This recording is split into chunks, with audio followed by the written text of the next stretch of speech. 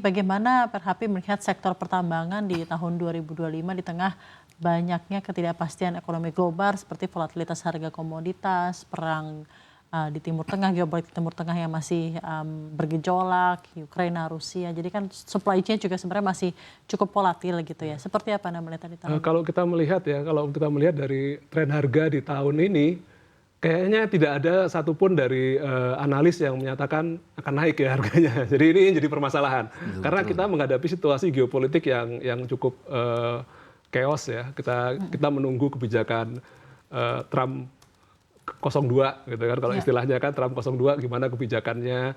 Sementara pertumbuhan industri di Cina melemah gitu kan, di bawah 5% gitu ya.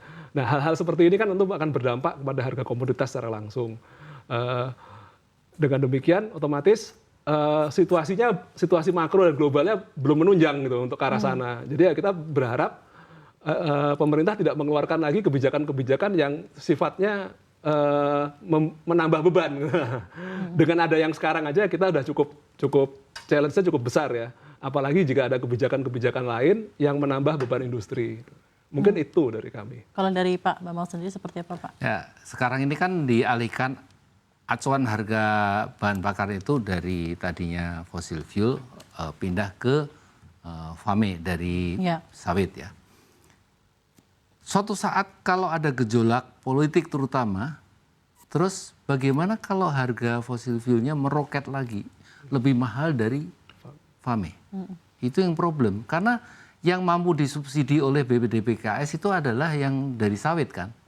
Nah, kalau yang lebih tinggi fossil fuel, siapa yang mensubsidi? Kalau tidak ada subsidi, sekarang aja sudah naik, ditambah kalau fossil fuel naik, siapa yang nanggung?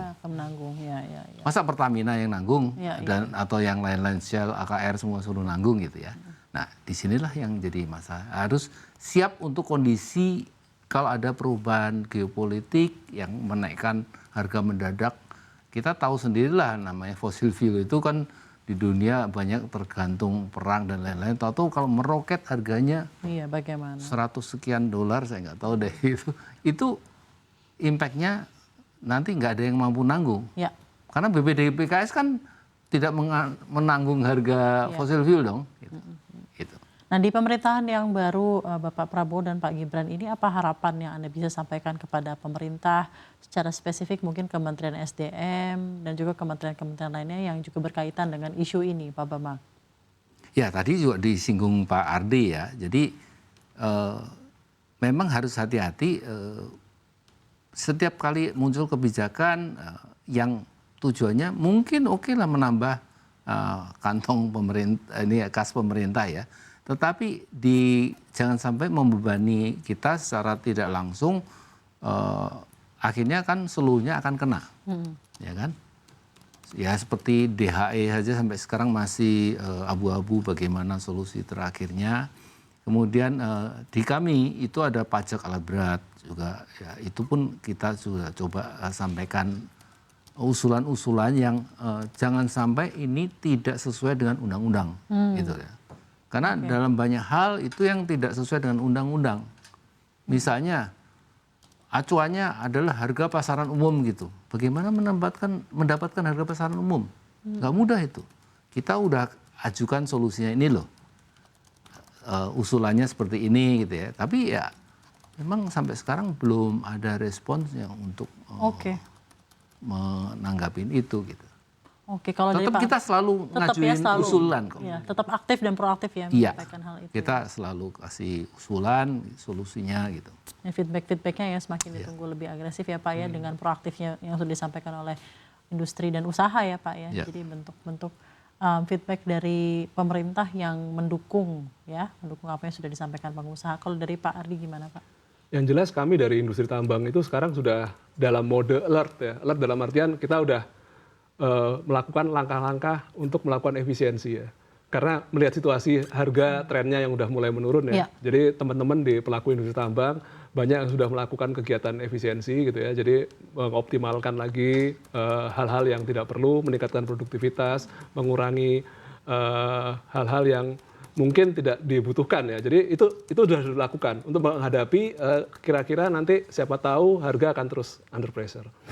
Nah, hal ini terus kita lakukan dan demi kita bisa sustain ya. Karena industri ini kan sangat tergantung kepada situasi global ya.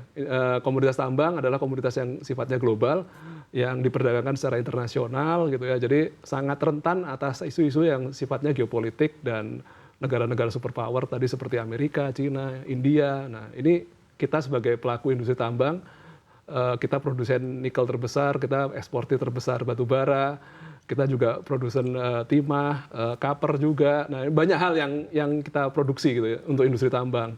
Tentu ini menjadi suatu tantangan bagi kami untuk melakukan segala macam langkah untuk mengefisienkan.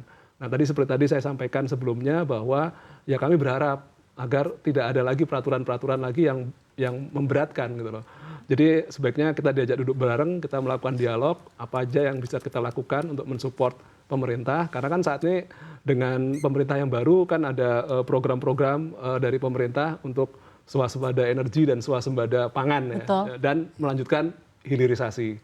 Itu 3 hal yang di sektor industri pertambangan yang langsung terdampak. Jadi swasembada energi tentu terkait dengan kegiatan penambangan juga, hilirisasi dan industrialisasi dari pertambangan juga terkait dengan pelaku-pelaku industri pertambangan. Dan ini kami akan mendukung terus upaya-upaya pemerintah untuk ke arah sana.